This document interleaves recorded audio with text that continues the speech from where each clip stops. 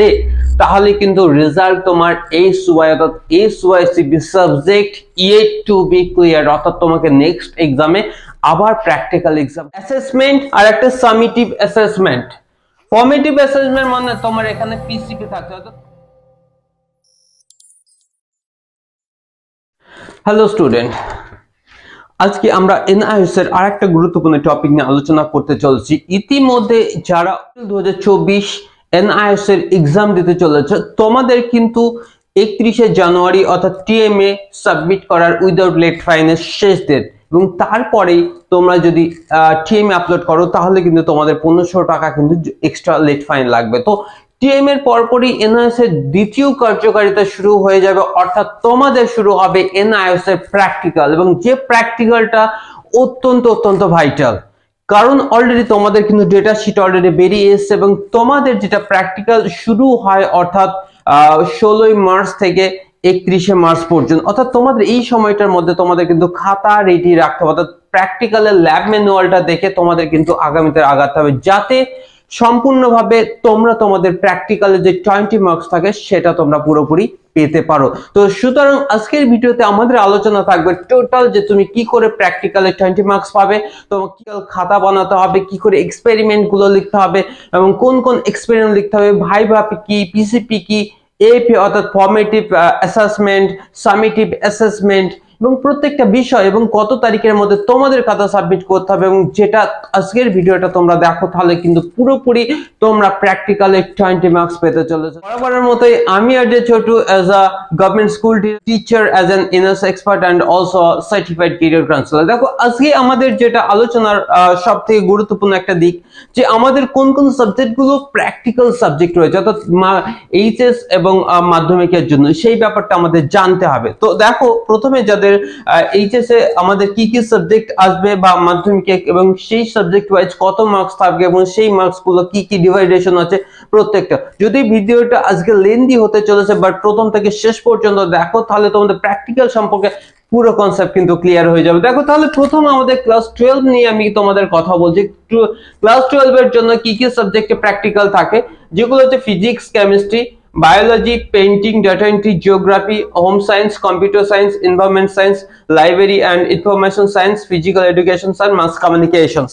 এর মধ্যে কতগুলি সাবজেক্ট যেগুলো তোমার পেইন্টিং এ 70 মার্কস প্র্যাকটিক্যাল থাকে, ডাটা এন্ট্রিতে 60, এবং কম্পিউটার সায়েন্সে কত 40 মার্কস থাকে। বাকি যতগুলো সাবজেক্ট আছে ফিজিক্স, কেমিস্ট্রি, জিওগ্রাফি, এই সমস্ত সাবজেক্ট গুলো কিন্তু 20 মার্কসের প্র্যাকটিক্যাল থাকে। এই যে 20 মার্কসের প্র্যাকটিক্যাল থাকে, তোমরা ছোট্ট একটা ব্যাপার তোমরা বুঝে নাও। এবার কি হয়েছে দেখো, প্র্যাকটিক্যাল মার্কসটা আমরা দুটো পোরশনে ভাগ করেছি। দেখো প্র্যাকটিক্যাল পোরশনটা আমরা দুটো পোরশনে ভাগ করেছি, ছোট্ট ভাবে তোমরা একটা বুঝে নাও।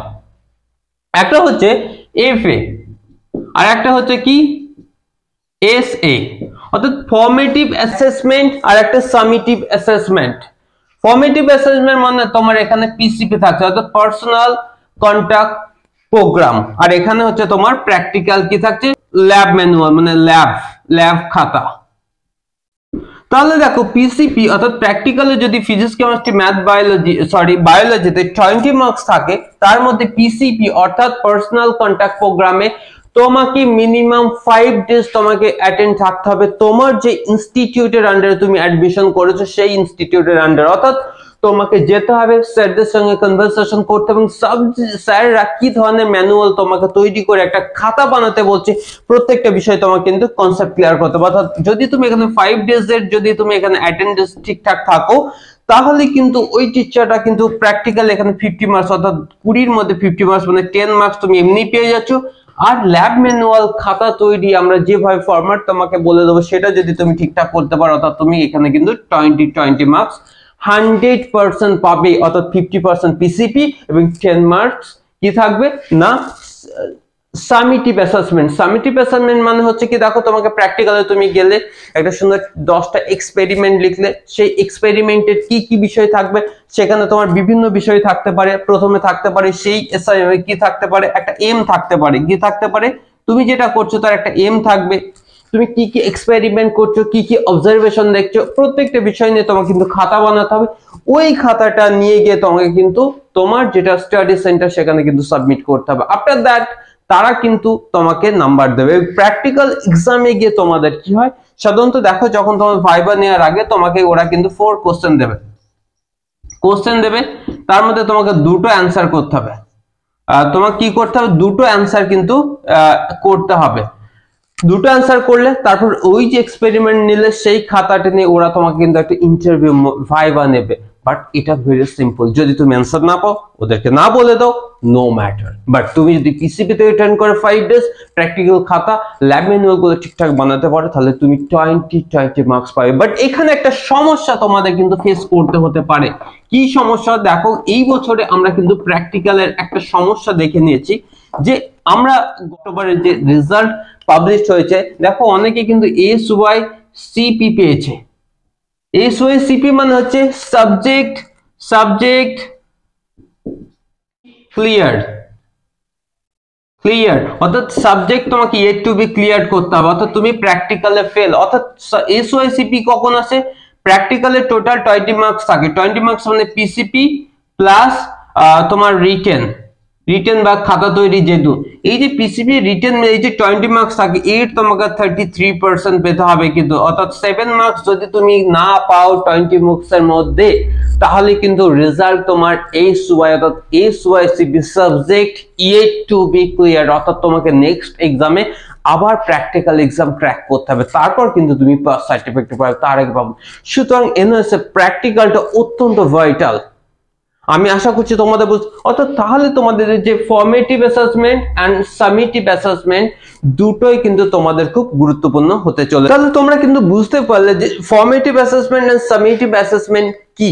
এবার চলে যাবো আমি আমার মাধ্যমিকের সাবজেক্ট গুলো, যেগুলো অত্যন্ত ভাইটাল সাবজেক্ট। কি না, মাধ্যমিক সাবজেক্টের গুলো তোমাদের দেখো শুধুমাত্র পেইন্টিং তার সঙ্গে ডেটা এন্ট্রি, এই দুটো 60 মার্কস থাকে। বাকি তোমার mathematics, Hindustan music, home science এবং সায়েন্স এন্ড টেকনোলজি প্রত্যেকে কিন্তু 15 মার্কস করে থাকে। অর্থাৎ তোমাকে যদি একটা পারফেক্ট রেজাল্ট যদি নিতে হয়, অর্থাৎ এনআরএস থেকে পাস সাবজেক্টটা যদি তোমাকে নিতে হয়, তাহলে তোমাকে দেখো এই সমস্ত প্র্যাকটিক্যাল নাম্বারগুলো কিন্তু তুলতে হবে। অর্থাৎ এনআইওএস এর যদি ফুল একটা সুন্দর যদি রেজাল্ট তোমাকে তুলতে হয়, সেটা তোমাকে কি করতে হয় দেখো, ছোট্ট করে আমি একটা দেখিয়ে দিই। এখানে কি না থাকে, প্রথমে তোমার থাকে থিওরি মার্কস, থিওরি, তারপর হচ্ছে কি তোমার প্র্যাকটিক্যাল, তারপর লাস্ট থাকে কিন্তু টিএমএ, তারপর এটা হচ্ছে কি টোটাল। অর্থাৎ থিওরি এক্সামে তোমাকে নাম্বার পেতে হবে। যেমন আমি তোমাদেরকে 12 ক্লাসের একটা মার্কস দিয়ে বুঝিয়েছিলাম, আমি তোমাদের রেজাল্ট একটা দেখাচ্ছি, দেখে নাও। ধরো কেউ থিওরিতে 40 মার্কস পেল, প্র্যাকটিক্যালে 20 মার্কস পেল, টিএমএ 18 মার্কস পেল, এটার উপর ডিপেন্ড করে কিন্তু তার টোটাল মার্কস হবে। এবং সেইটার উপর অর্থাৎ এই যে প্র্যাকটিক্যাল, এটা কিন্তু ভাইটাল। দেখা গেল কেউ থিওরিতে 40 মার্কস, প্র্যাকটিক্যালে কোনোভাবে 6 পেয়ে গেল, টিএমএ সে কি পেয়ে গেল কি না 15, বাট তার রেজাল্ট কিন্তু SYCP আসবে। অর্থাৎ যেহেতু 7 কম পেয়েছে, সুতরাং তার subject yet to be cleared in theory practical, তাকে কিন্তু প্র্যাকটিক্যালে উত্তীর্ণ হতে হবে।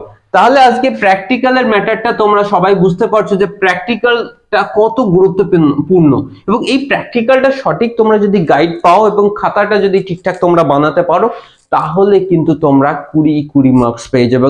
এবং পেইন্টিং এ 70, ডাটা এন্ট্রিতে 60, প্রত্যেকটা মার্কস কিন্তু তোমরা পেয়ে যাবে। এবং যে মার্কসের উপর ভিত্তি করে তোমরা আগামীতে তোমাদের মার্কস কিন্তু অনেক বেড়ে যাবে। যেহেতু ভ্যালু আমাদের বোর্ড এক্সামের সঙ্গে এনএস এর দুজনের ভ্যালু যেহেতু সমান, তাই তোমাদের ভীষণ একটা অ্যাডভান্টেজ থেকে যাচ্ছে। এবার চলে আসি তোমরা প্র্যাকটিক্যাল কিভাবে তৈরি করবে। দেখো তোমরা ফার্স্ট টাইম তোমরা কি একটা ওয়েবসাইটে যাবে, ল্যাব ম্যানুয়াল ওখান থেকে ডাউনলোড করবে এবং সেখান থেকে স্ক্রল করে যেভাবে তোমার ল্যাব ম্যানুয়াল বা ল্যাব প্রজেক্ট গুলো দিয়েছে সেগুলো তোমরা খাতায় তুলবে। অথবা যাদের প্রবলেম এবং ল্যাব গুলো বা প্র্যাকটিক্যাল গুলো তোমার যে খাতাটায় রিটেন করবে, অর্থাৎ সেখানে কিন্তু খুব ভাইটাল, অর্থাৎ তোমার এর উপর ডিপেন্ড করছে প্র্যাকটিক্যাল মার্কস। অর্থাৎ সেটা যদি তুমি এক্সপার্ট টিচার দিয়ে না লেখাও, তাহলে কিন্তু তোমার মার্কস কমে যাবে, ভাইভাতে মার্কস কমে যাবে। সো এই ইনস্টিটিউট কিন্তু তোমাদের জন্য অর্থাৎ অলরেডি শুরু করে দিয়েছে। তোমরা কিন্তু আমাদের সঙ্গে হাতে লেখা প্র্যাকটিক্যাল যদি তোমরা আমাদের সঙ্গে খাতা নাও তাহলে আমরা ইজিলি তোমাকে কিন্তু হাতে লেখা পুরো সুন্দর করে লিখে প্র্যাকটিক্যাল খাতা বানিয়ে তোমার পার্সোনাল অ্যাড্রেসে আমরা কিন্তু পাঠিয়ে দেবো, এবং সেটার জন্য আমাদের নিজস্ব লিঙ্কে তোমরা ক্লিক করো অথবা আমার ফোন নাম্বারে তোমরা যোগাযোগ করো। তোমাদের কিন্তু অ্যাজ সুন অ্যাজ পসিবল আমাদের টিম কিন্তু তোমার সঙ্গে যোগাযোগ করে নেবে। এবার আরেকটা কথা বলে দিচ্ছি যে আমাদের প্র্যাকটিক্যাল কবে থেকে শুরু হবে। দেখো ইতিমধ্যে কিন্তু প্র্যাকটিক্যালের কার্যকলাপ তোমাদের কিন্তু শুরু হতে চলে যাবে। দেখো প্র্যাকটিক্যাল মার্চের 10th অর্থাৎ 10 তারিখের মধ্যে কিন্তু তোমরা কিন্তু প্র্যাকটিক্যাল মার্চের 10th অর্থাৎ তোমাদের কিন্তু হল টিকিট তোমরা পেয়ে যাবে, এবং তারপর পরই তোমাদের 16 মার্চ টু 31st মার্চ এই সময়ের তোমাদের ভাইবার জন্য ডাকবে, এবং তার পাশাপাশি তোমাদের খাতা সাবমিট করতে হবে, এবং তার সঙ্গে সঙ্গে তোমাদের কিন্তু কোশ্চেন লিখতে হবে, অর্থাৎ রিটেন এক্সাম ওখানে প্র্যাকটিক্যালের জন্য তোমাদের সেন্টার যেতে হবে। অর্থাৎ তোমরা কিন্তু যারা বিভিন্ন স্টাডি সেন্টারে অ্যাডমিশন করেছো তোমরা সেই সমস্ত স্টাডি সেন্টার তোমরা যোগাযোগ করে তাদের সঙ্গে কথা বলো, এবং তারা কবে তোমাদের ডেট দেবে সেই ডেটটা কিন্তু তোমরা নেবে, এবং তার আগের দিন অর্থাৎ এক্সামের আগের দিন তোমরা একবার ওই স্টাডি সেন্টারের সঙ্গে তোমরা কথা বলে নাও। সো প্র্যাকটিক্যাল ম্যাটারটা আমি তোমাদের বারবার বলেছি যে এনআইএসএ প্র্যাকটিক্যালটা কিন্তু খুব গুরুত্বপূর্ণ, তাই তোমাদের যাতে মার্কস আরো বেশি দরকার বা তোমাদের যেহেতু তোমাদের প্রত্যেকে কিন্তু পাস আউট করতে ভালো মার্কস নেয়, তাই প্রত্যেকের কাছে বলবো যদি তোমাদের প্র্যাকটিক্যাল ফাইল যদি তোমরা না করতে পারো বা তোমরা যদি না বানাতে পারো অবশ্যই তোমরা এই ইনস্টিটিউটের কাছে কল করো। আমরা এর আগের বছর বা লাস্ট সেশনে আমরা অনেক স্টুডেন্টকে দিয়ে হেল্প করেছি, বাট তোমাদের ডিটেলস গুলো আমরা আমাদের হোয়াটসঅ্যাপে জানিয়ে দেওয়া হবে এবং তোমরা কল করে নিতে পারো নিচে দেওয়া নম্বরে। আফটার দ্যাট তোমরা কিন্তু তোমাদের প্র্যাকটিক্যাল খাতা তোমরা কিন্তু নিজেরাই তৈরি করে নিতে পারো অথবা আমাদের ইনস্টিটিউটের মাধ্যমে তোমরা নিতে পারো। সো আশা করছি তোমাদের প্র্যাকটিক্যাল কনসেপ্ট ক্লিয়ার হয়েছে। So wish you all the best, এবং প্রত্যেকের কাছে অনুরোধ please do subscribe my channel, because আমরা আপকামিং অনেক সেশন নিতে চলেছি, বিকজ আমরা এনআরএস রিলেটেড প্রত্যেকটা বিষয় কিন্তু শুরু হতে চলেছে ইন ফিউচারের জন্য। সো প্রত্যেকে ভালো থেকো, সুস্থ থেকো, জয় হিন্দ।